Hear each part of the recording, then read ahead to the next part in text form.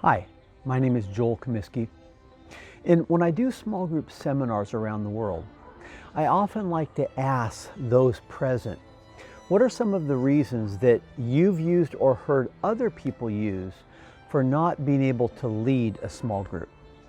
And I get a lot of responses. Some people say, I don't have enough time. I don't have the talent. I don't have the education. Or some people say, I don't have a particular gift. And when I did my PhD study, I actually created, with the help of others, a 29-question survey. And the last three questions, question 27 was, have you multiplied your small group? 28, when was the last time you multiplied your small group?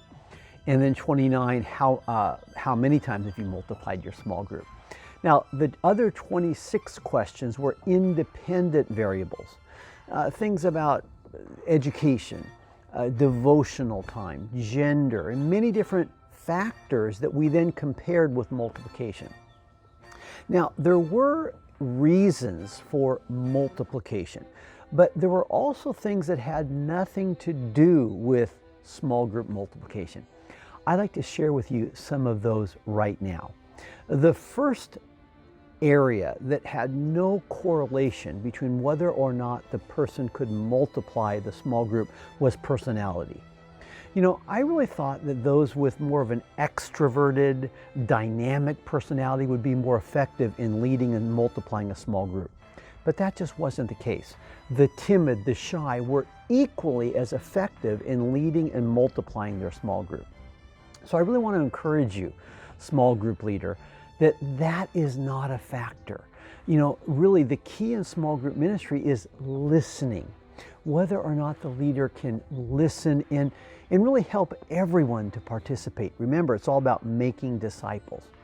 Now, another area or aspect was the giftedness of the leader. I remember before doing this survey, David Cho had said that in his church, that evangelism was a key. Those with the gift of evangelism could lead and multiply their small groups more effectively. But that wasn't the case in our survey. There was a wide range of giftedness among the leaders.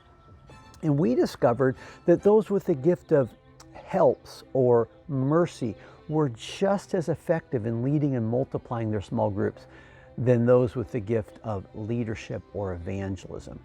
Because we discovered that the effective small group leaders utilize the gifts of all those in the small group. They don't depend on their own gift. And so again, I want to encourage you, small group leader.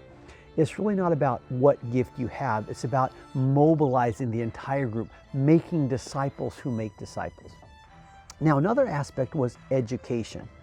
You'd expect that those with higher levels of education that have more Bible knowledge would be able to multiply their groups more rapidly.